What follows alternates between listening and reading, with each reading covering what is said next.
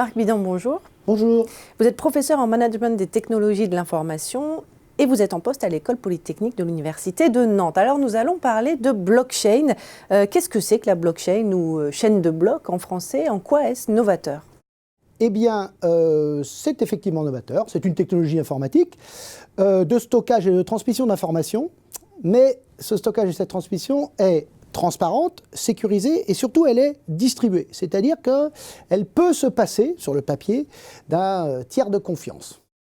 Alors quelles sont les implications dans l'économie et dans la société? Alors, ces implications sont multiples sur le papier. Dans les faits, actuellement, l'application la plus réelle, c'est le Bitcoin, et c'est toute la famille des crypto-monnaies. C'est en fait au quotidien la seule qui existe et qui fonctionne.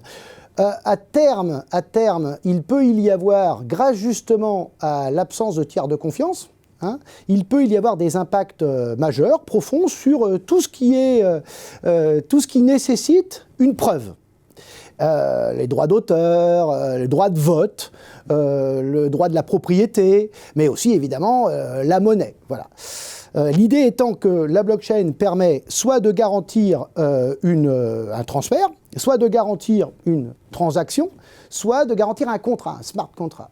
Et effectivement, avec ça, on peut imaginer, à moyen terme, on peut imaginer beaucoup d'implications dans toutes les activités qui demandent une trace et une preuve d'une transaction. Mais avec quel risque? Alors, les risques sont multiples. Malheureusement, on connaît les risques de piratage, de fraude, d'escroquerie. Il faut faire très attention aux plateformes de la token économie, de toute l'économie basée sur les cryptoactifs, parce qu'il y en a beaucoup qui sont tout simplement frauduleuses. Donc on oublie ces risques-là, qui sont les risques inhérents à toute activité économique. Et moi j'aimerais centrer sur le risque énergétique, parce que la blockchain est très énergivore.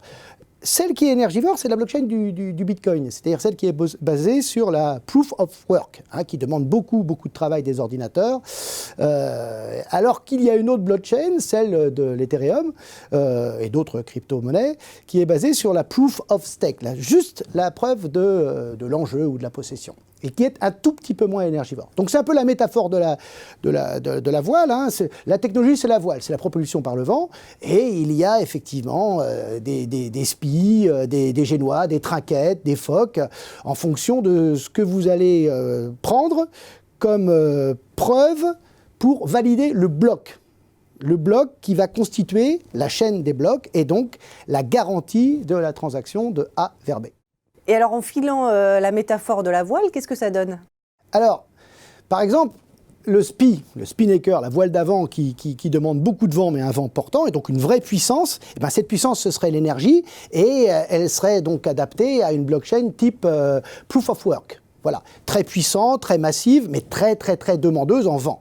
À côté de ça, vous avez des voiles qui sont moins énergivores, la trinquette, c'est une voile d'avant, mais qui va permettre, avec moins de vent, et peut-être des vents moins portants, d'aller moins vite, certes, mais quand même de faire avancer le bateau et de naviguer de façon peut-être un peu plus agile dans la houle et les vagues. Donc voilà, c'est ça la métaphore.